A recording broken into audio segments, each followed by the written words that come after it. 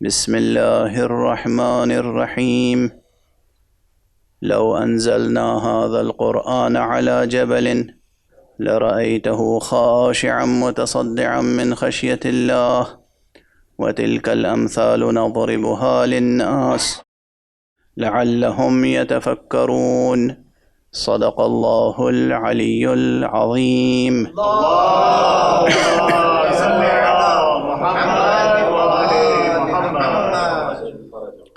ایک اور بلند تر صلوات پڑھ دیجیے.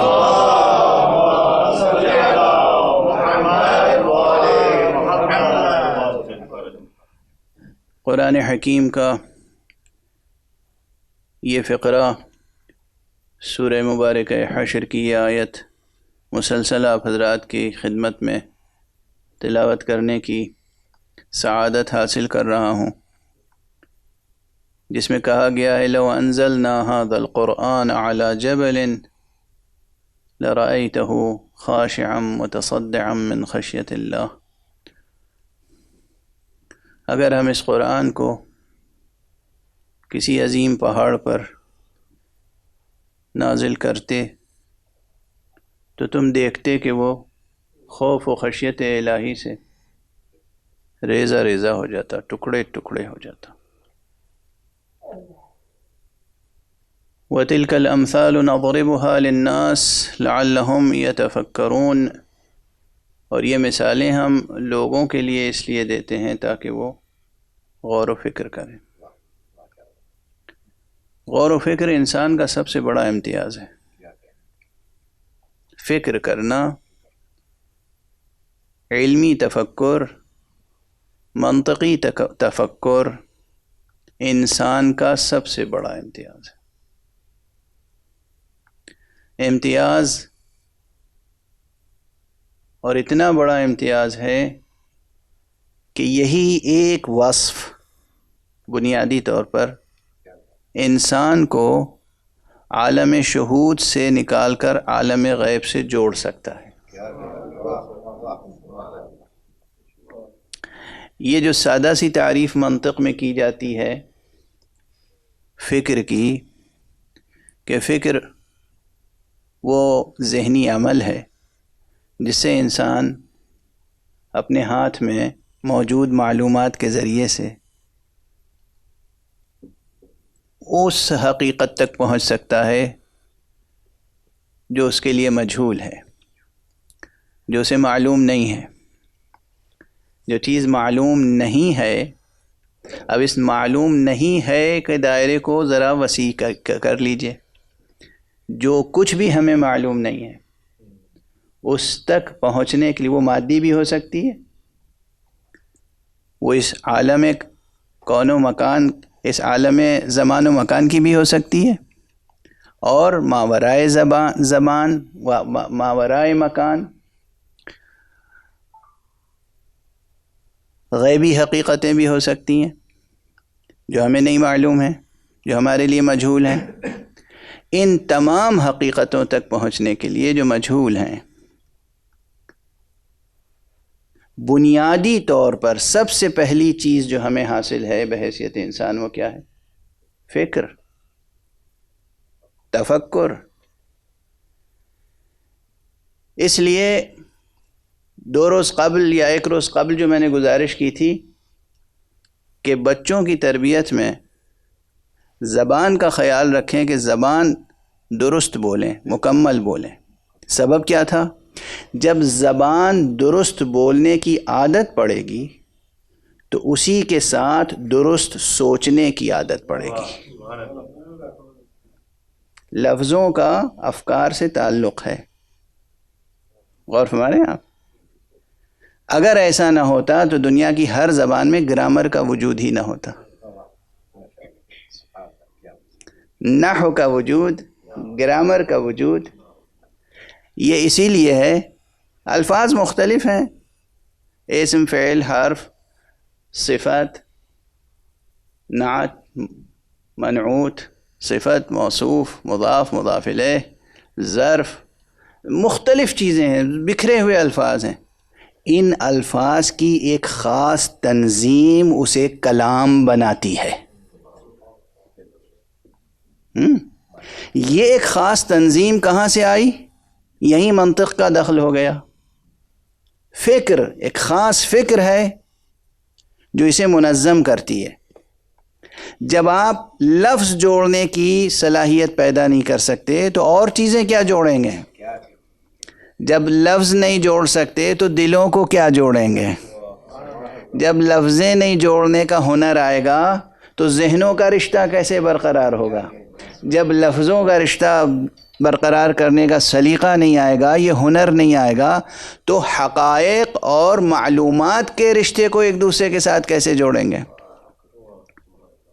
اس لیے یہ نقطہ ذہن عالی میں رہے کہ سب سے پہلے بچوں کی تربیت کے ضمن میں، ظاہر ہے میرا موضوع کچھ بھی ہو لیکن کہیں نہ کہیں میں بچوں کی فکر ضرور رکھتا ہوں. ایک صلوات پڑھ دیجئے محمد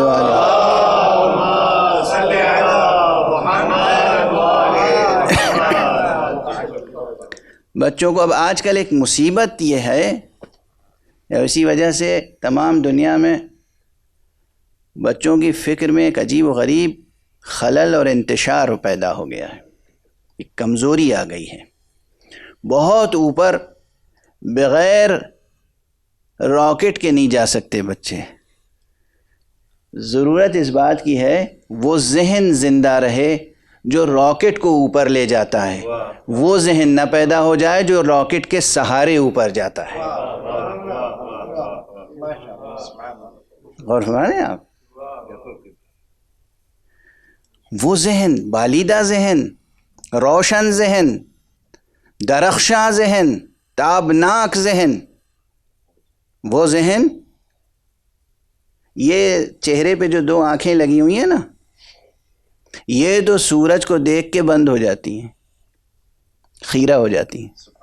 وہ ذہن چاہیے جو سورج کے سامنے خیرہ نہ ہو. سمجھ رہے ہیں آپ؟ بچوں کی کیسے تربیت کریں گے؟ زبان، اور زبان کے ساتھ ساتھ پھر لازماً دوسرا مرحلہ ہے فکر، صحیح سوچنے کی عادت، صحیح سوچنے کا ہنر. جب صحیح سوچنے کا ہنر آ جائے گا انسان میں تو لازمی طور پر وہ حق اور باطل میں فرق کرنے کا سلیقہ آ جائے گا اس میں. سیاسی لوگ کیا کرتے ہیں؟ سیاسی تقریروں میں کیا ہوتا ہے؟ انسان کی فکر کو آلودہ کر دیا جائے، حق کو باطل کہا جائے، باطل کو حق، سچ کو جھوٹ، جھوٹ کو سچ، اچھے کو برا، برے کو اچھا. میں عام بات کہہ رہا ہوں. پارلیمنٹ میں دو گروہ موجود ہیں، ایک حکمراں گروہ اور ایک اپوزیشن گروہ. یہ حکمراں گروہ جو آج کر رہا ہے اس وقت، اپوزیشن گروہ بالکل اس کی مخالفت کر رہا ہے اور کہہ رہا ہے کہ یہ بالکل غلط ہے، ناجائز ہے. ہر جگہ کی بات کر رہا ہوں میں آپ یہ نہ سمجھیے گا کہ میں بھارت کی بات کر رہا ہوں، پوری دنیا میں یہی ہے. اپوزیشن اور حکمراں جماعت میں کیا ہے؟ جو آج حکمراں جماعت کر رہی ہے بالکل غلط، واہیات، خرافات، باطل ہے، نقصان دہ ہے. ابھی یہ ادھر بیٹھنے والے ادھر چلے جائیں اور ادھر بیٹھنے والے ادھر آ جائیں، اپوزیشن والے خود جیسے ہی آ جائیں گے کہاں؟ اقتدار میں، جو وہ کر رہے تھے کریں گے وہی، کہیں گے یہ حق ہے، یہ ضروری ہے، یہ لازمی ہے، یہ ملک کی ضرورت ہے، یہ عوام کی ضرورت ہے. اب وہ چیزیں بدل جائیں گی. اب ایسے موقع پر عوام الناس کس کو سچ کہیں، کس کو جھوٹ؟ یہی سچ بھی ہے اور یہی جھوٹ بھی، یہی حق بھی ہے، یہی باطل بھی.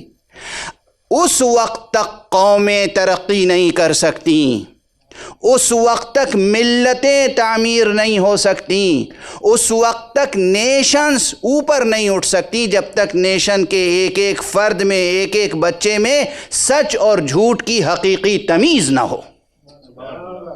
اور اس وقت تک صحت مند سیاست اور سچی حکومتیں وجود میں نہیں آ سکتی جب تک کہ عوام اچھے نہ ہوں، عوام میں اتنی روشن فکری نہ ہو کہ وہ سچ کو سچ اور جھوٹ کو جھوٹ کہہ سکیں، سچ کو سچ اور جھوٹ کو جھوٹ سمجھ سکیں. اور اس کے لیے بنیادی تربیت ماں کی آغوش سے جھولے سے، کریڈل سے، اسکول سے، نرسری سے، کنڈر گارڈن سے، وہاں سے کے جی سے، نرسری سے، وہاں سے تربیت انسانی شعور اور انسانی فکر کی ہونی چاہیے کہ وہ جب بولیں تو صحیح بولیں، جب سوچیں تو صحیح سوچیں۔ کچھ نہیں کرنا ہے آپ کو، پالیٹکس نہیں سکھانی ہے بچوں کو، آپ کو پولیٹیکل سائنس کا درس نہیں دینا ہے، سبق نہیں دینا ہے، کوئی فلسفی نہیں، آپ کو دو چیزیں کرنی ہیں۔ بچے زبان صحیح استعمال کرنا سیکھ لیں، بچے صحیح طور پر سوچنا سیکھ لیں۔ غور فرما رہے ہیں آپ؟ یہ دو ہنر اگر پیدا ہو جائے تو انسانیت کی تعمیر انہی دو بنیادوں پر ہو سکتی ہے، اور یہی دو بنیادیں جب اپنے عالم عروج پر پہنچتی ہیں تو ہمیں قرآن مجید میں یہ دو ہنر نظر آتے ہیں کہ وہ زبان میں فصاحت و بلاغت میں بھی کمال کے درجے پر ہے، اور انسانی فکر کی تربیت کے لیے بھی کمال کے درجے پر ہے۔ اس زاویے سے بھی قرآن کیوں زبان کا معجزہ؟ زبان کا معجزہ ہونا کون سی بڑی بات ہے؟ بہت بڑی بات ہے۔ زبان کا معجزہ ہونا، اب یہ عام بات تھی لیکن اب خاص زبان کا معجزہ ہونا یعنی یہ کہ اگر واقعاً کوئی قرآن مجید کی تلاوت کا عادی ہو، عادی تو میں یوں ہی کہہ رہا ہوں، عادی کا لفظ بہت اچھا نہیں ہے، عادتاً کوئی کام کرنا نہیں چاہیے، اگر واقعاً کوئی شخص قرآن مجید کی پوری ارادت مندی کے ساتھ مطالعہ کرے، تلاوت کرے، قرأت کرے، تلاوت کرے، تو قرآن مجید انسان کی زبان کو بھی صحیح کر دیتا ہے، انسان کی سوچ کو بھی صحیح کر دیتا ہے۔ اور سوچ کی صحیح کر دینے کی مثالیں یہی ہیں جو کل میں نے اشارہ کیا تھا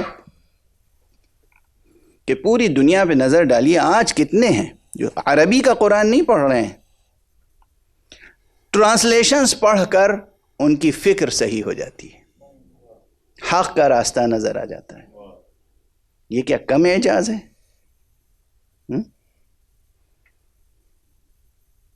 قرآن مجید نے مقام تحدی میں جہاں اور باتیں فرمائی ہیں وہاں یہ بھی فرمایا ہے، قل لئن اجتمعت الانس والجن ان یأتوا بمثل هذا القرآن لا یأتون بمثلہ، کہہ دیجئے کہ اگر تمام انس و جن مل کر چاہیں کہ اس قرآن کی کوئی دوسری مثال لے آئیں تو وہ نہیں لا سکیں گے، نہیں لا سکیں گے، ممکن نہیں ہے، چاہے ایک دوسرے کا ساتھی کیوں نہ دیں، وَلَوْ كَانَ بَعْضُهُمْ لِبَعْضٍ ظَهِيرًا، ایک دوسرے کا ساتھ کیوں نہ دیں، ایک دوسرے کو سپورٹ کیوں نہ کریں، ایک دوسرے کی مدد کیوں نہ کریں، مگر لا نہیں سکتے۔ یہ اعجاز قرآنی یہ صرف فصاحت و بلاغت تک محدود نہیں ہے، اسے تسلیم کیجئے۔ اب میں عرض کروں ایک پہلو، ایک نکتہ، قرآن اس اعتبار سے بھی معجزہ ہے، یاد رکھیے گا، کاش یہ ذہنوں میں رہ جائے جملہ، وہ حقیقت جو ناقابل بیان ہو اسے جو سخن بیان کر دے اسے ہم معجزہ نہ کہیں گے تو کسے کہیں گے؟ توجہ ہے؟ کاش پوری طرح بیدار ہو کر آپ حضرات سماعت فرما لیں۔ اور میں صلوات پر محمد وآل محمد،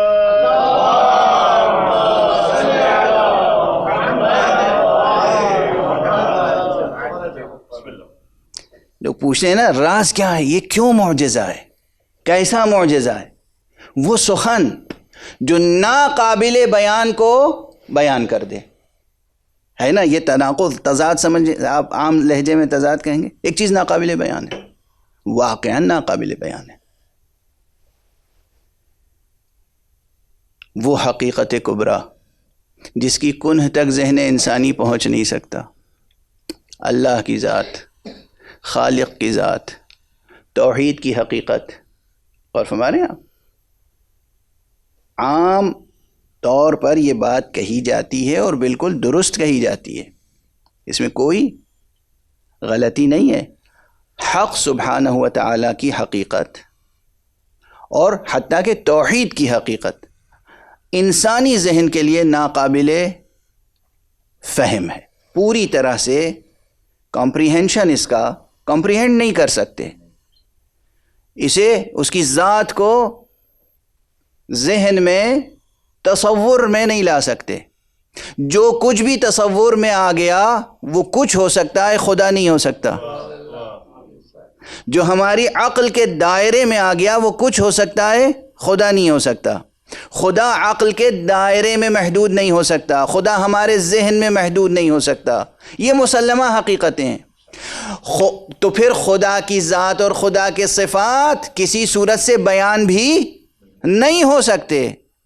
عاجز ہے انسان وصف پروردگار کے لیے، جس چیز کے لیے انسان عاجز ہے وہ چیز اگر کہیں بیان ہو جائے تو وہی تو معجزہ کہلائے گی۔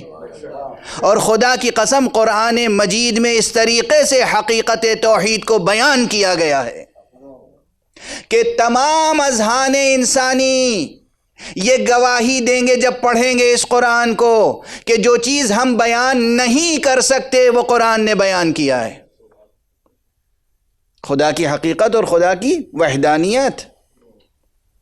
اور یہ بات صرف وقتی نہیں تھی، اس وقت سن 570 ہجری اور 610 عیسوی اور 610 عیسوی اور 632 عیسوی اور 650 عیسوی، یعنی وہ جب رسول اللہ صلی اللہ علیہ وآلہ وسلم کے اوپر یہ قرآن مجید کے یہ آیات نازل ہو رہے تھے، یہ آیتیں نازل ہو رہی تھیں، صرف اس وقت جو مخاطبین تھے عرب انہی تک بات نہیں ہے محدود، قیامت تک آنے والا ذہن۔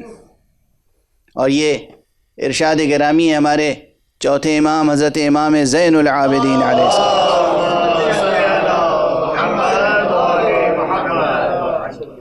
ارشاد فرمایا ہے کہ اللہ سبحانہ و تعالیٰ کو یہ علم تھا، معلوم تھا اللہ کو کہ آخری زمانے میں ایسے لوگ پیدا ہوں گے جو مدقق ہوں گے، محقق ہوں گے، گہرائی سے سوچنے والے ہوں گے، ان کی فکر بہت بلند ہوگی۔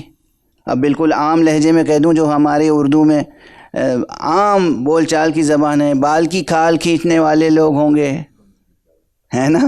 اب تو سب کو یاد رہ جائے گا یہ جملہ، محقق، مدقق، منہ شگافی کرنے والے، یہ سب اگر نہ یاد رہے تو یہ یاد رہے گا کہ بال کی کھال کھینچنے والے ہوں گے، ہیں؟ باریکی سے سوچنے والے ہوں گے، دقیق نکات تک پہنچنے والے ہوں گے، لطیف حقائق تک پہنچنے والے ہوں گے، ہیں؟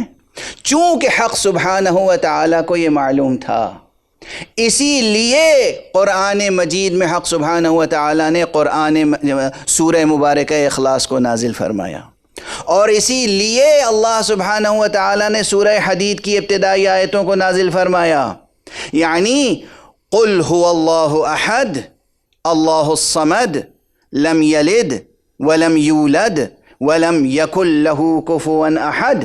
یہ وہ عبارت ہے، یہ وہ بیان ہے جو ناقابل بیان کو بیان کرنے والا بیان ہے۔ اس کی نظیر آپ کو کہیں انسانی ادب میں مل نہیں سکتی۔ کیوں نہیں مل سکتی؟ اب تھوڑی سی توجہ دے دیں۔ انسانی فکر مقید ہے شرائط زمان و مکان کے ساتھ۔ یہ اسپیس ٹائم کنڈیشنز، زمانی شرائط، مکانی شرائط، جو انسان کے تجربے میں باتیں آتی ہیں اسی انداز سے انسان کی فکر پروان چڑھتی ہے۔ انسان کے تجربے میں جو باتیں آتی ہیں اسی کی روشنی میں انسان کی فکر پروان چڑھتی ہے۔ انسان جب سے بھی تاریخ کو مشاہدے میں لائے، مطالعہ کرے، تحقیق کرے، انسان کے تجربے میں کوئی ایسا موجود آ نہیں سکتا جس کو کسی نے جنم نہ دیا ہو۔ انسان کسی ایسے تجربے سے آشنا ہے؟ ممکن نہیں ہے. انسانی تاریخ میں ممکن نہیں ہے، اس کائنات میں کی تاریخ میں ممکن نہیں ہے جسے کسی نے جنم نہ دیا ہو. پرندے ایک دوسرے سے پیدا ہوتے ہیں، انڈوں سے پیدا ہوتے ہیں یا بچے پیدا کرتے ہیں.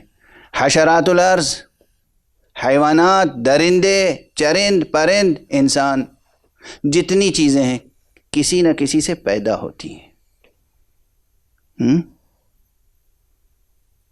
اسی لیے ہاتھ جوڑ کے عرض کر رہا ہوں، انسانی ذہن نے جن مذہبوں کو ایجاد کیا وہاں خداؤں کے بھی خاندان ہیں.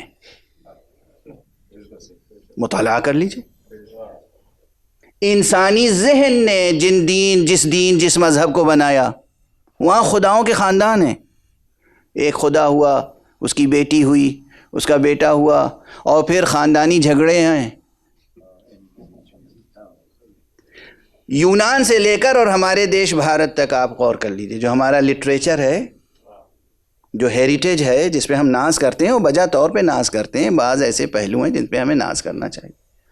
یونان سے لے کر بھارت تک اور عربستان سے لے کر فارس تک، وہ جو بت بیٹھے ہوئے تھے خانہ کعبہ میں، ان میں بھی خاندان تھے.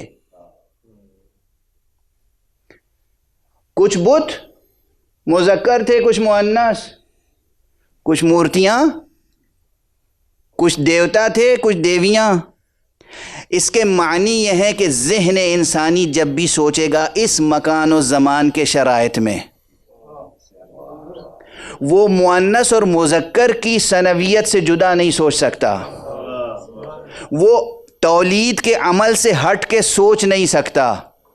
پھر جب سوچ ہی نہیں سکتا ذہن انسانی، تو یہ کون سا کلام ہے جو کہہ رہا ہے کہہ دو کہ وہ ایک ہے، کہہ دو کہ وہ صمد ہے، کہہ دو اسے کسی نے پیدا نہیں کیا، کہہ دو کہ اس سے بھی کوئی پیدا نہیں ہوا، کہہ دو کہ اس کا کوئی ہمسر نہیں ہے. یعنی جتنے پہلو تھے ثنویت کے سب کا انکار.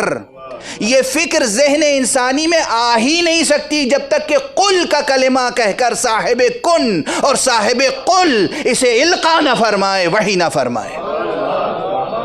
صلوات پڑھ.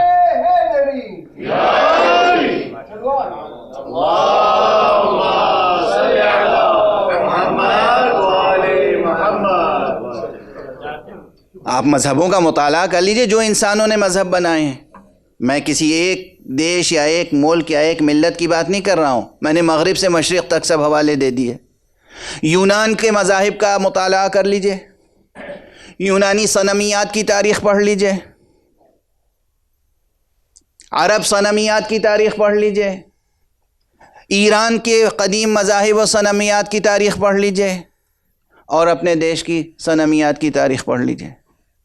دیو کے ساتھ دیوتا موجود ہیں، دیوتا کے ساتھ دیوی موجود ہیں، بیٹے بیٹیاں موجود ہیں، شادیاں موجود ہیں. ہاتھ جوڑ کے عرض کر رہا ہوں، بہت سے الفاظ ہم لوگ ممبر سے عرض نہیں کیا کرتے تھے مگر عرض کر رہے ہیں. اور تو اور خداؤں کے درمیان پرینکس موجود ہیں، لڑائیاں، جھگڑے. یہ جو بڑی بڑی کتابیں لکھی گئی رزمیے. ایک بلندر صلوات پڑھ دیجئے محمد.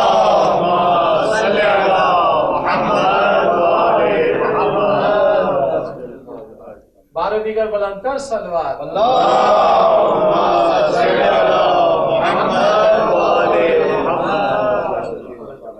وہ چاہے ہومر کا رزمیہ ہو یا کسی اور کا، جتنے بڑے بڑے رزمیے لکھے گئے اور اس میں دیویوں اور دیوتاؤں کے تذکرے ہیں، خداؤں کے تذکرے ہیں.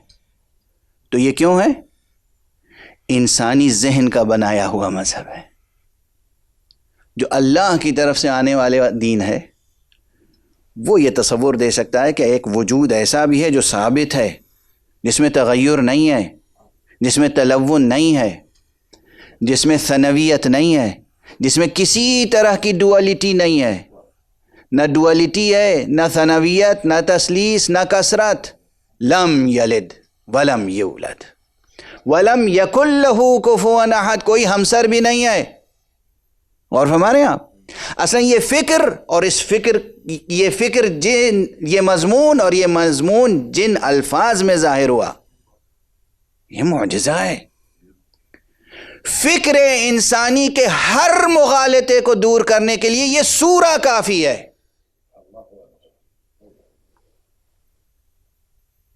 فکر انسانی کے ہر مغالطے کو دور کرنے کے لیے. اس کے بعد اب آج تیزی سے وقت گزر رہا ہے، سورہ مبارکہ حشر کی آیات مطالعہ فرمائیے گا، موقع ملا تو میں بھی آئندہ کل یا پرسوں کی تقریر میں اس کی طرف بھی اشارہ کروں گا.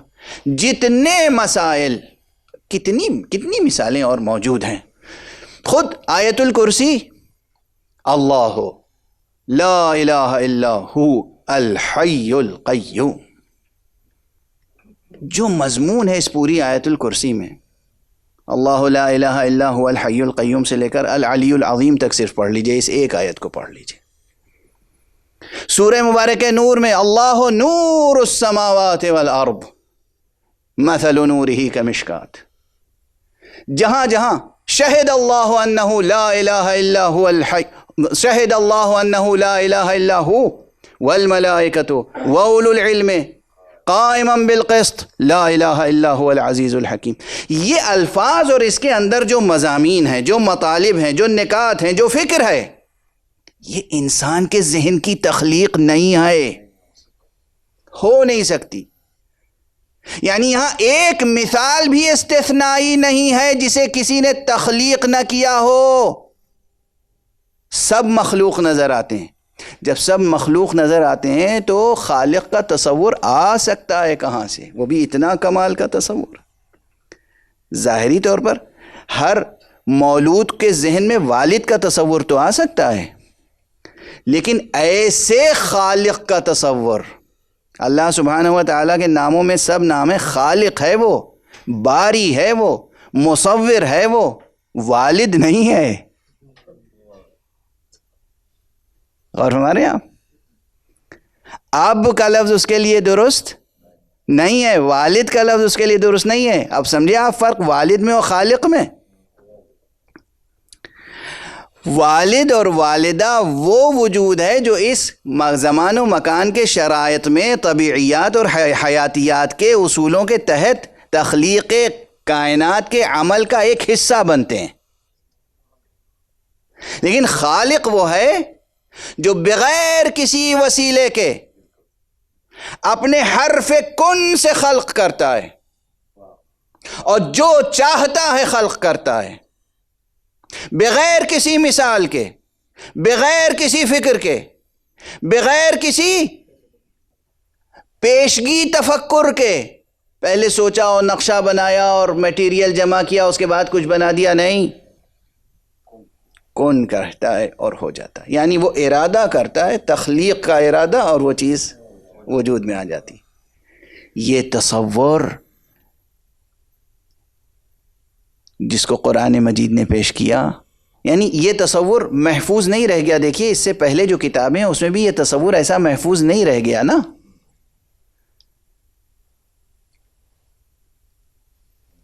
بہت ادب و احترام کے ساتھ عرض کر رہا ہوں، تمام انسانوں کا احترام ہے میری نظر میں. میں کسی انسان، کسی فرزند آدم اور کسی بنت حوا کی توہین کا روادار نہیں ہوں. لیکن اگر کوئی فرزند آدم، اگر کوئی بنت حوا، اگر کوئی شخص کسی غلط فکر کا حامل ہے تو ہم اس غلط فکر کا احترام نہیں کریں گے. اس کے احترام میں ہم کہیں گے ہمارے لیے آپ محترم ہیں، لیکن دیکھیں یہ فکر آپ کی درست نہیں ہے، یہ جو سوچ ہے آپ کی یہ درست نہیں ہے. آپ کا ہم احترام کریں گے مگر آپ کی اس سوچ کا احترام نہیں کر سکتے. اس لیے دنیا میں جتنے افراد ہیں ہم سب کا احترام کرتے ہیں، مگر توحید خالص جو قرآن مجید میں موجود ہے یہ آج انجیل میں موجود نہیں ہے، توریت میں موجود نہیں ہے. چونکہ توریت میں موجود نہیں ہے، چونکہ انجیل میں یہ خالص توحید صمدی موجود نہیں ہے، یہی دلیل ہے کہ وہ کتابیں تحریف کا شکار ہو گئیں. اور چونکہ توحید صمدی اپنی اصالت کے ساتھ قرآن میں محفوظ ہے، اس لیے یہ بھی ایک دلیل ہے کہ قرآن میں تحریف نہ ہو سکی۔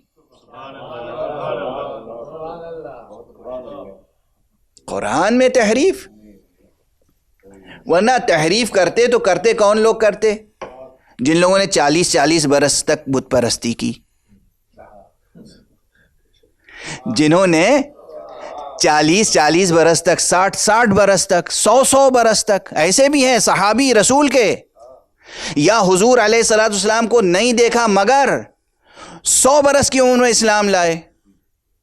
عربی کا مشہور شاعر، عظیم الشان شاعر، حالانکہ وہ بہت موفق شاعر تھا، رضی اللہ تعالی عنہ وارضاہ، ابو عقیل لبید ابن ربیعہ، عظیم شاعر، جس کا ایک شعر میں نے کل یا پرسوں تقریر میں مثال کے طور پہ عرض کیا تھا، صاحب معلقہ، اور حضرات کے معلقات میں تو شک و شبہ ہے، بحث ہے کہ یہ معلقات میں شامل ہے یا نہیں ہے، کیا جا سکتا ہے یا نہیں کیا جا سکتا، لیکن تمام نقادان سخن عرب یک زبان کہتے ہیں کہ لبید کا قصیدہ جزء معلقات ہے، عظیم الشان قصیدہ، پرشکوہ قصیدہ، حالانکہ یہ قصیدہ اس نے مسلمان ہونے سے پہلے کہا تھا، لیکن پھر بھی اس میں بہت صالح فکر موجود ہے اور خدا کا تصور بھی موجود ہے۔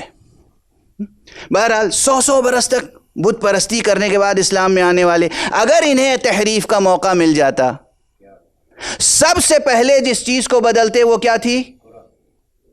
توحید، توحید کا نظریہ۔ کہیں نہ کہیں سے بت پرستی کا جواز نکال لیتے، کہیں نہ کہیں سے خدا کے ہاں بیٹا پیدا کر دیتے، کہیں نہ کہیں خدا کا خاندان درست کر دیتے، اور ہمارے ہاں تحریف ہوتی تو یہ ہوتا۔ قرآن مجید میں نہ تحریف ہوئی، نہ کوئی کر سکتا تھا، نہ کوئی کر سکتا ہے، نہ کوئی کر سکے گا قیامت تک، اس لیے کہ اولاً خود پروردگار عالم نے اس کی حفاظت کی ذمہ داری لی ہے، اور اس دنیا میں بھی ظاہری طور پہ ایسے محافظین پیدا کیے ہیں جن کا نام سن کے بڑے سے بڑے فرعون لرزہ برندام ہو جاتے ہیں۔ یہ جو میں نے عنوان رکھا ہے قرآن اور حسین، آپ کو معلوم ہے آقا حسین کی خصوصیت کیا ہے؟ کبھی غور کیا ہے عزاداری پر پابندیاں کیوں لگائی جاتی رہی ہمیشہ، اور آج بھی مختلف ملکوں میں کوشش ہو رہی ہے عزاداری کو کم سے کم کرنے کی اور پابندیاں لگانے کی؟ کیوں؟ کیا نقصان ہے لوگوں کا؟ آپ عزادار ہیں اور عموماً آقا حسین کی مظلومیت کو سامنے رکھ کر ماتم کرتے ہیں، نوحہ پڑھتے ہیں، مرثیہ پڑھتے ہیں۔ آقا حسین مظلوم تھے، اس میں کوئی شک نہیں، لیکن اس زاویے سے سوچئے، خدا کی قسم، خدا کی قسم، حسین ابن علی وہ شجاع ابن شجاع ہے جس کا نام سن کر ہی فرعونوں اور یزیدوں کو خوف طاری ہو جاتا ہے، خوف۔ ذکر حسین پہ پابندی لگاؤ، کیوں؟ اس لیے کہ جو ذکر حسین کرے گا یہ قوم پھر بہت طاقتور ہو جائے گی، یہ قوم غلام نہیں رہ سکے گی، یہ قوم مستضعف ہمیشہ نہیں رہے گی، یہ قوم کچلی نہ جا سکے گی، یہ قوم ترقی کرے گی، یہ قوم انقلاب لے آئے گی۔ میں نام لے کر اگر مثالیں دوں تو بات بہت پھیل جائے گی اور بات شخصی اور جزئی ہو جائے گی۔ تاریخ میں ہمیشہ آقا حسین کے اوپر ان کی عزاداری پہ پابندی لگائی گئی، ذکر حسین پر۔ کیوں؟ اس لیے کہ حسین علیہ الصلوۃ والسلام وہ شجاع ترین وجود ہے، وہ عظیم وجود ہے، وہ قوی وجود ہے، جس کا نام سن کے لوگ لرزہ برندام ہو جاتے ہیں۔ ایسے وجودات اس دنیا میں اللہ نے بھیجے قرآن کی حفاظت کے لیے۔ ایک طرف اس کا ارادہ حفاظت کا، اور دوسری طرف ایسے حفاظت کرنے والے، علی جیسا حفاظت کرنے والا، حسن جیسا حفاظت کرنے والا، حسین جیسا حفاظت کرنے والا۔ پھر ممکن ہے کہ قرآن میں تحریف ہو جائے، قرآن میں کوئی آیت نکال لی جائے اور کوئی آیت اس میں رکھ دی جائے، ممکن ہے۔ تھوڑی دیر اور ساتھ دے دیں، ایک صلوات پڑھیں محمد و آل محمد۔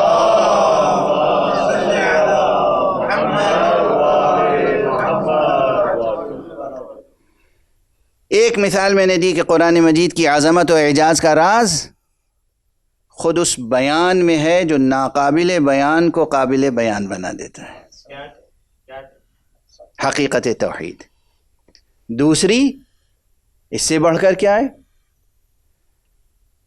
جو چیز کسی نے دیکھی نہیں اور جو چیز بظاہر ابھی وجود میں نہیں آئی، جو چیز ہوگی، جو چیز واقع ہوگی، اس کی ایسی مؤثر محاکات کہ معلوم ہو رہا ہے نگاہوں کے سامنے۔ آخرت کا بیان، قیامت کا بیان، جنت کا بیان، مرنے کے بعد کی زندگی کا بیان، اس کے مرحلے، یہ بیان آخرت قرآن مجید کا۔ تمام دنیا کی فصاحتیں، بلاغتیں اور حکمتیں نثار کر دیجئے قرآن مجید کی آیتوں پر، ایسا منظر پیش کر دیتی ہیں سامنے کہ ناموجود محسوس و ملموس معلوم ہونے لگتا ہے۔ معلوم ہوتا ہے سامنے موجود ہے، نگاہوں کے سامنے ہے منظر، اس قوت کے ساتھ کہ صرف سماعت محظوظ نہ ہو، صرف بصارت محظوظ نہ ہو، صرف تلاوت میں آپ کے لب اور آپ کی زبان محظوظ نہ ہو، بلکہ روح اور اصلی وجود آپ کا تبدیل ہو جائے۔ حقیقت میں توحید اور آخرت کے اس قدر مؤثر بیان نے قرآن مجید کو معجزہ بنایا ہے، اور نہ جانے کتنے پہلو ہیں۔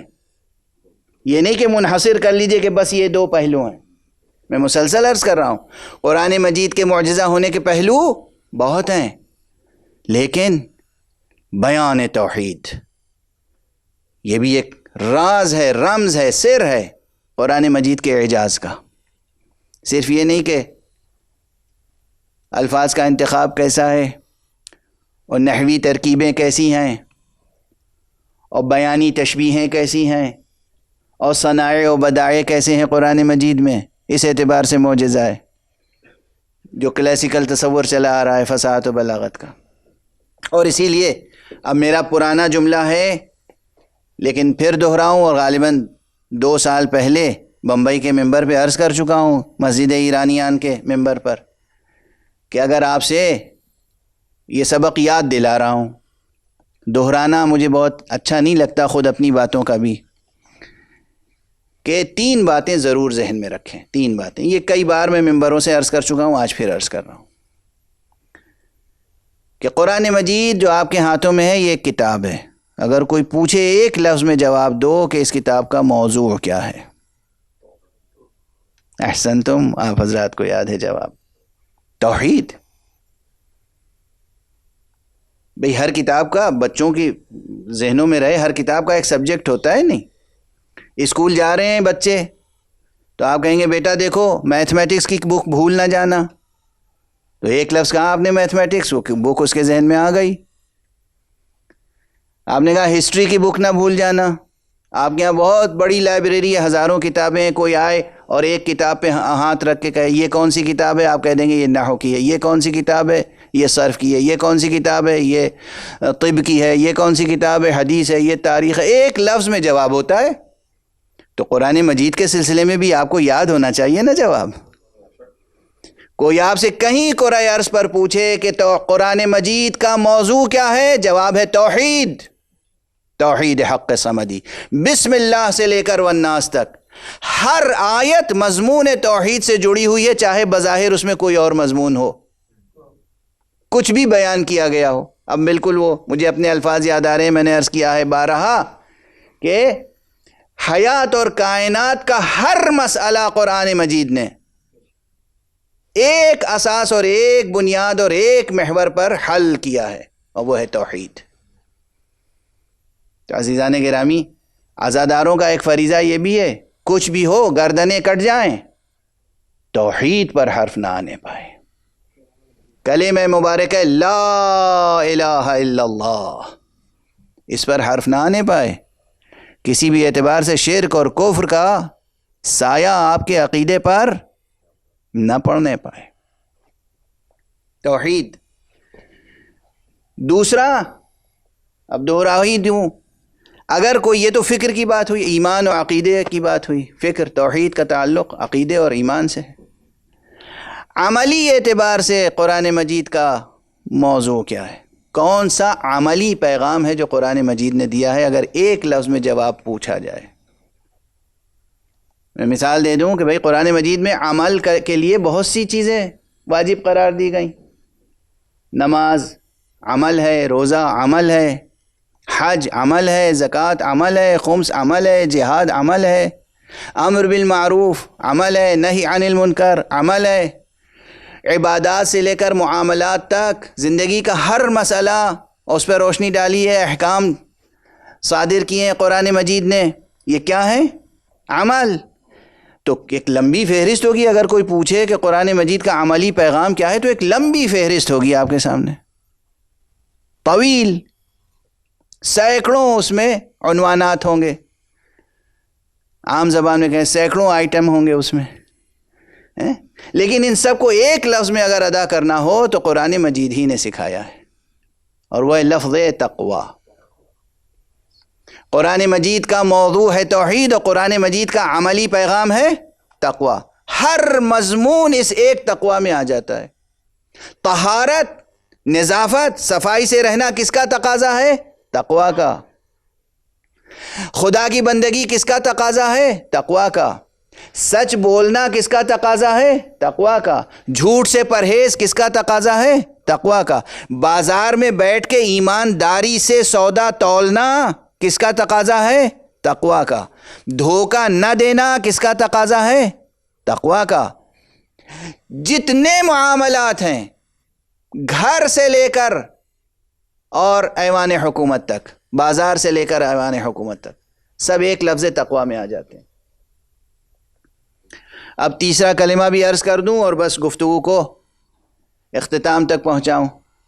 ایک چیز اور ہے، موضوع قرآن مجید کا توحید عرض کر چکا ہوں، پہلے دہرا رہا ہوں، میں پہلے ہی خود ہی عرض کر دیا میں نے، اور عملی پیغام تقوی، اور پورے معاشرے انسانی کو منظم کرنے کے لیے کون سا فارمولہ دیا ہے قرآن نے؟ دیا ہے یا نہیں؟ چونکہ یہ بھی بڑا مسئلہ ہے عمل سے متعلق، لیکن بڑا مسئلہ ہے۔ دیکھیے، آپ اپنے بچے کو اسکول بھیجتے ہیں، اس کی اسکول کو ریکگنیشن کون دیتا ہے؟ حکومت۔ یہ بہت بڑا موضوع ہے عزیزان گرامی، اور مسلسل آپ حضرات سنتے رہتے ہیں، لیکن پھر بھی اس زاویے سے غور نہیں کرتے۔ اس سے پہلے بچے کو اسکول تو بعد میں بھیجیں گے، بچہ جب پیدا ہوگا تو اس کی پیدائش بھی رجسٹر کرانی پڑتی ہے۔ بچے کو کہاں رجسٹر کرائیں گے کہ ولادت ہوئی ہے؟ حکومت۔ بچے کو اسکول بھیجیں گے، کہاں اس اسکول کا ریکگنیشن کون دیتا ہے؟ حکومت۔ آپ اپنا گھر بنائیں گے، زمین خریدیں گے، خریدنے کی رجسٹری کہاں ہوتی ہے؟ حکومت۔ گھر بنانے کے لیے نقشہ کون پاس کرتا ہے؟ حکومت۔ شادی کریں گے آپ، بچے کی ولادت سے پہلے بھی تو شادی ہے، شادی رجسٹریشن کہاں ہوگا؟ حکومت۔ خدا نخواستہ کہیں طلاق ہوئی تو رجسٹریشن کہاں ہوگا؟ حکومت۔ گھر بنانے سے لے کر، زمین خریدنے سے لے کر، بچے کی ولادت سے لے کر، بچے کی تعلیم سے لے کر، جتنے زندگی کے مسائل ہیں، آپ دکان کھولیں گے، حکومت کو کچھ ٹیکس دیں گے نہیں دیں گے؟ بینک میں آپ پیسے رکھیں گے، بینک اگر حکومت کے یہاں ریکگنائزڈ ہوگا تب تو آپ کا بینک بینک ہے، ورنہ پھر جو حال ہوگا آپ جانتے ہیں، آپ کی ساری دولت غارت ہو جائے گی۔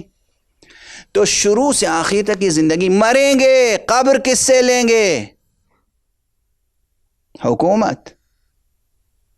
تو پورا نظام انسانی، معاشرہ انسانی کا ہر مسئلہ جڑا ہوا ہے حکومت سے۔ مسلمانوں یہ بتاؤ، قرآن مجید نے نظم حکومت کا کوئی قانون اور کوئی فارمولہ دیا یا نہیں دیا؟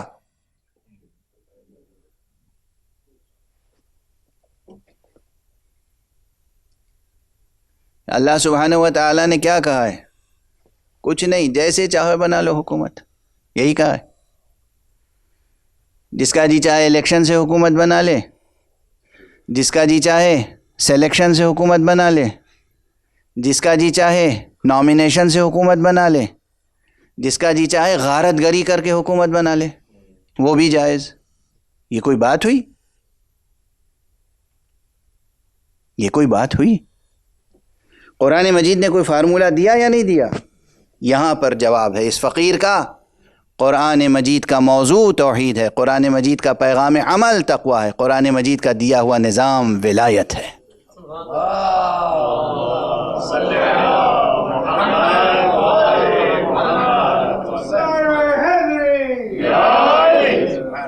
اس لفظ ولایت کو، اس عنوان ولایت کو، اس موضوع ولایت کو یاد رکھیے گا، بھولیے گا نہیں۔ اور اس کی تفصیل الگ ہے، اب کبھی زندگی رہی تو پورا ایک عشرہ اس عنوان سے ولایت کے تعلق سے عرض کروں گا، اس زاویے سے۔ یعنی ولایت صرف اس زاویے سے نہیں کہ ولایت ایک عقیدہ ہے جو ہم نے تسلیم کر لیا، پوری زندگی جیسے حکومت کے سائے میں گزرتی ہے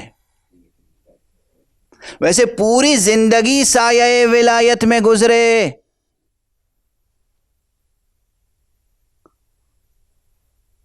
امام اپنے ظاہری اس چہرے کے ساتھ غیب میں ہیں، امامت تھوڑی غیب میں ہے۔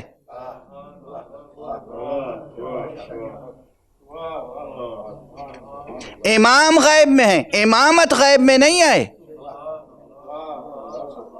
جیسے خود نبی کریم محمد مصطفیٰ صلی اللہ علیہ وآلہ وسلم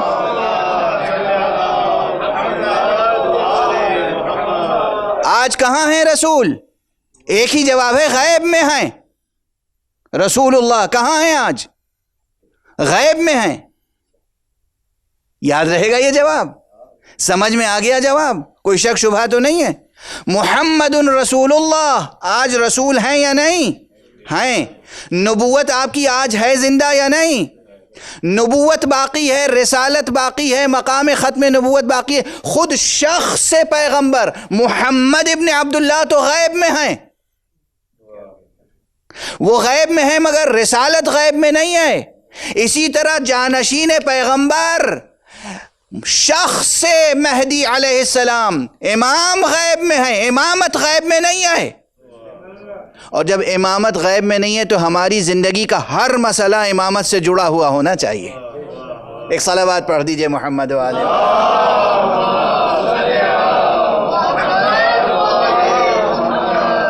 اب یہ آپ کی سوچ پر ہے، آپ کی فہم و فراست پر ہے، کیسے جوڑیں گے امامت سے رشتہ؟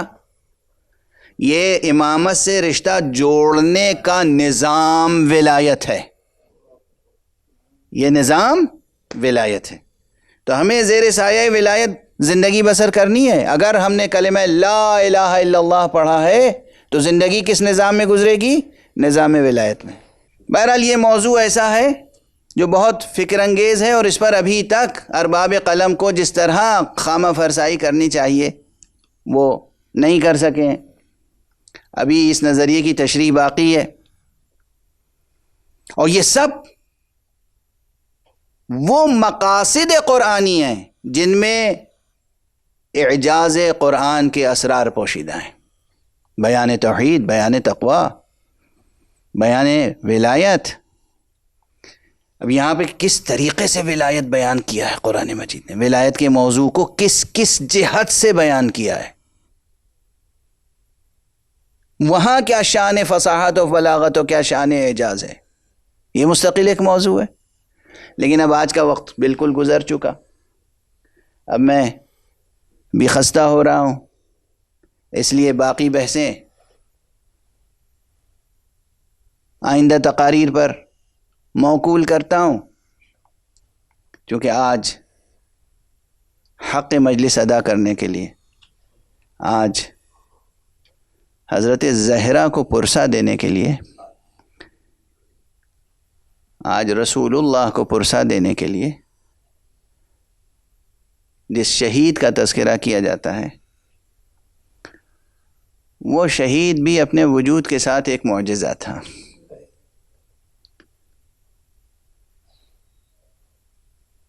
آج تمام ممبروں پر مرثیہ گو، نوحہ گر، ذاکرین حضرت امام حسن مجتبیٰ کے فرزند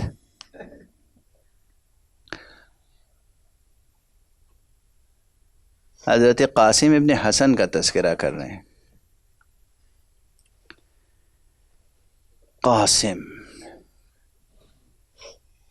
قاسم ابن حسن،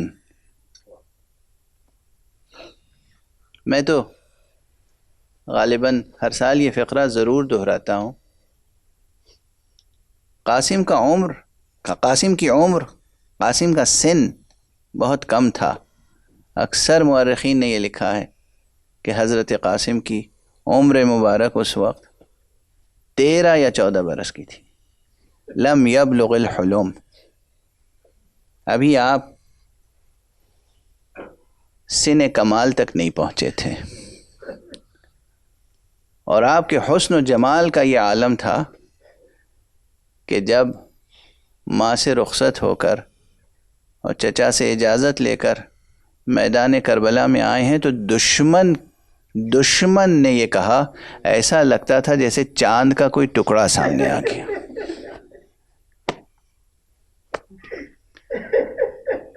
ایسا لگتا تھا جیسے چاند کا کوئی ٹکڑا سامنے آ گیا۔ اب میں ایک جملہ کہوں، اب مجھے حق ہے نا یہ پوچھنے کا، وہ بچہ جو دشمن کو بھی چاند جیسا حسین نظر آ رہا ہو، اپنی ماں کی نگاہ میں کیسا حسین ہوگا؟ وہ بچہ جو دشمن کو چاند کا ٹکڑا نظر آ رہا ہو، وہ اپنی بہن کی نگاہ میں، اپنے بھائی کی نگاہ میں، اپنے چاہنے والے چچا کی نگاہ میں کتنا حسین ہوگا۔ اسی لیے روایتوں میں یہ ہے، تمام راویوں نے، بیشتر راویوں نے یہ لکھا ہے کہ چند ایسے شہید ہیں جنہیں رخصت کرتے وقت آقا امام حسین کی کیفیت متغیر ہو گئی تھی۔ حسین بہت بڑے شجاع تھے، شجاع حسین، صابر حسین، صابر حسین، شجاع حسین، امام حسین، انسان کامل حسین۔ غموں کا پہاڑ ٹوٹ رہا تھا لیکن امام حسین کا چہرہ دمک رہا تھا، اس پر کوئی ضعف کے، کمزوری کے آثار نہیں تھے۔ یہ بھی دشمن کی گواہی ہے۔ لیکن ایسا حسین بھی جب جناب قاسم جدا ہو رہے تھے، ایک تو صبح عاشور سے روایتوں میں کہ کئی مرتبہ جناب قاسم اپنے چچا کے پاس آئے، اس لیے کہ رات بھر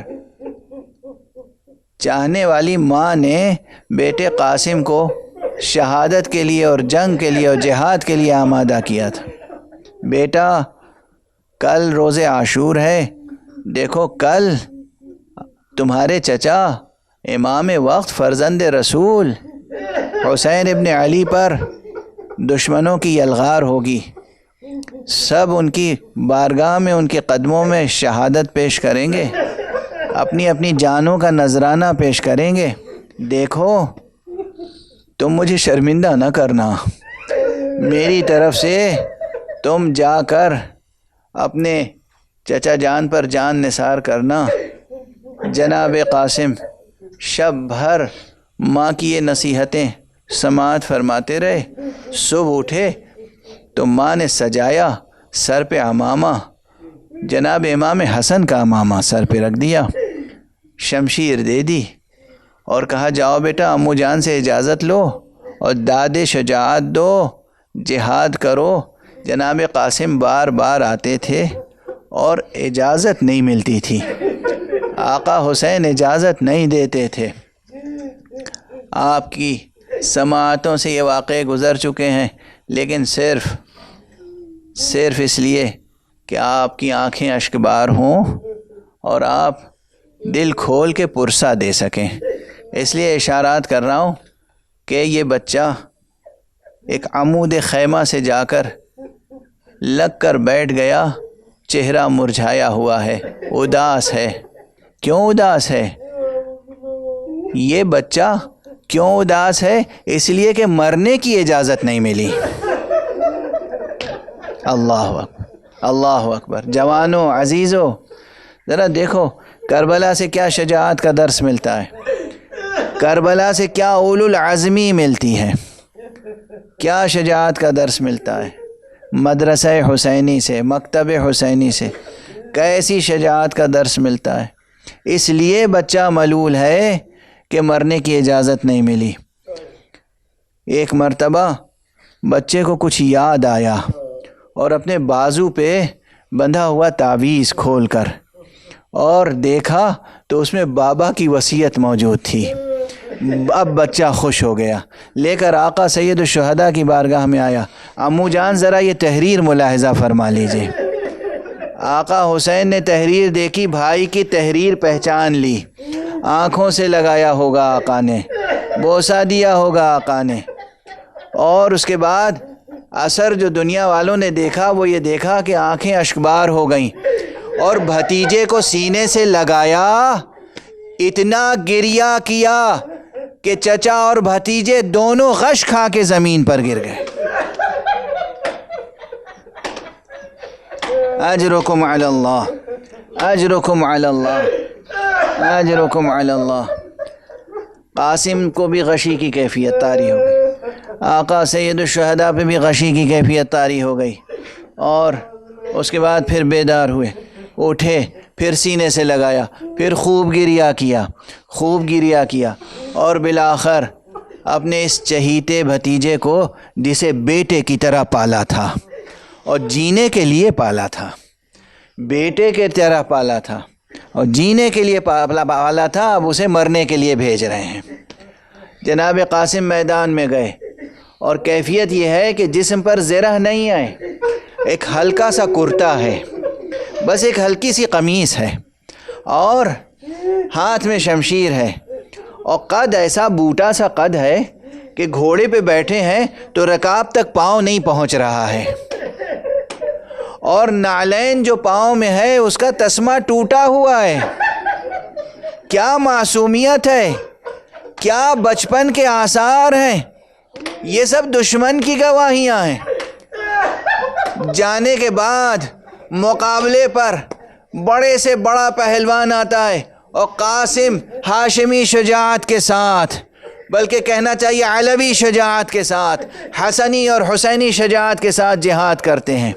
بہت سے دشمنوں کو تہ تیغ کیا، لیکن پھر دشمن نے وہی حیلہ اختیار کیا، ہالے کی طرح اس چاند کو گھیرے میں لے لیا اور ہر طرف سے حملہ کرنے لگے.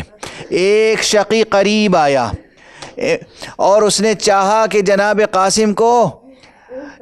قاسم کو شہید کریں. جناب قاسم نے ایک مرتبہ آواز دی، چچا جان میری مدد کو آئیے. عموماً کربلا میں جو شہید جاتا تھا آقا کو زحمت نہیں دیتا تھا، وہ کہتا تھا آقا ہمارا آخری سلام. یہ بھی قاسم کا بچپنا تھا، قاسم کی معصومیت. کہا میرے چچا میری مدد کو آئیے، لیکن اللہ حسین کی مظلومیت اور مصیبت، جس بھتیجے نے مدد کو پکارا اس کی مدد کو گئے تو مگر پھر بھی مدد کر نہ پائے. اس لیے کہ اب یہ مشہور واقعہ ہے.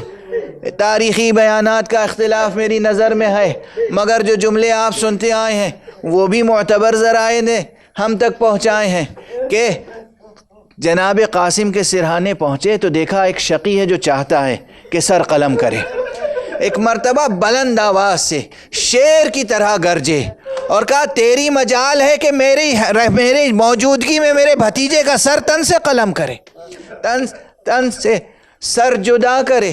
جناب قاسم کا وہ شقی، وہ دشمن جو سر جدا کرنا چاہتا تھا، وہ فرار کرنا چاہتا تھا، اسے بچانے کے لیے دشمن کی فوج آئی، اور اب جو فوجیں ادھر سے ادھر ہوئیں تو آپ سنتے آئے ہیں کہ گھوڑوں کی ٹاپوں سے آقا حسین کا یہ بھتیجا اتنا زخمی ہوا کہ گویا لاشا ٹکڑے ٹکڑے ہو گیا۔ اور پھر آقا حسین نے ایک مرتبہ خیمے کی طرف نظر کی اور کہا ارے بنی ہاشم کے بچوں آؤ اور میری مدد کرو۔ بعض ارباب مقاتل نے اسی موقع پہ کہا ہے، بعض ارباب مقاتل نے اسے جناب علی اکبر کی شہادت پر کہا ہے، اور یہ بیان کیا ہے کہ آقا حسین نے دو روایتیں ہیں، میں دونوں عرض کر دیتا ہوں۔ ایک روایت تو یہ ہے کہ آقا حسین نے اپنی ردا بچھائی، اپنی عبا بچھائی اور قاسم کے لاش کے ٹکڑوں کو جمع کیا، اور گویا اپنی پشت پر ایک گٹھری سی لے کر چلے خیمہ گاہ کی طرف۔ اور بہت سے ارباب مقاتل نے یہ لکھا ہے قاسم زخمی تو تھے، جسم ٹکڑے ٹکڑے تو ہو گیا تھا، مگر اس کا اثر کیا ہوا، جب قاسم آئے تھے تو آپ کا پاؤں رکاب تک نہیں پہنچ رہا تھا، مگر جب حسین نے اٹھایا ہے تو قاسم کا سر اپنے کاندھے پہ رکھا، اپنے شانے پہ رکھا، اور قاسم کا پاؤں زمین پر خط دیتا جا رہا تھا۔ قاسم کے قدم زمین پر خط دیتے جا رہے تھے۔ حسین خیمہ گاہ میں آئے، ام فروا تمہاری قربانی قبول ہو گئی، اور یہاں پھر دیکھنے والوں نے دیکھا زینب آگے آگے تھی، ام فروا پیچھے پیچھے۔ کیوں؟ اس لیے کہ کوئی ماں اپنے بیٹے کا لاشا اس انداز میں نہیں دیکھ سکتی۔ انا للہ وَإِنَّا إِلَيْهِ رَاجِعُونَ رِضًا بِقَضَائِهِ وَتَسْلِيمًا لِأَمْرِهِ إِنَّا لِلَّهِ وَإِنَّا إِلَيْهِ رَاجِعُونَ رِضًا بِقَضَائِهِ وَتَسْلِيمًا لِأَمْرِهِ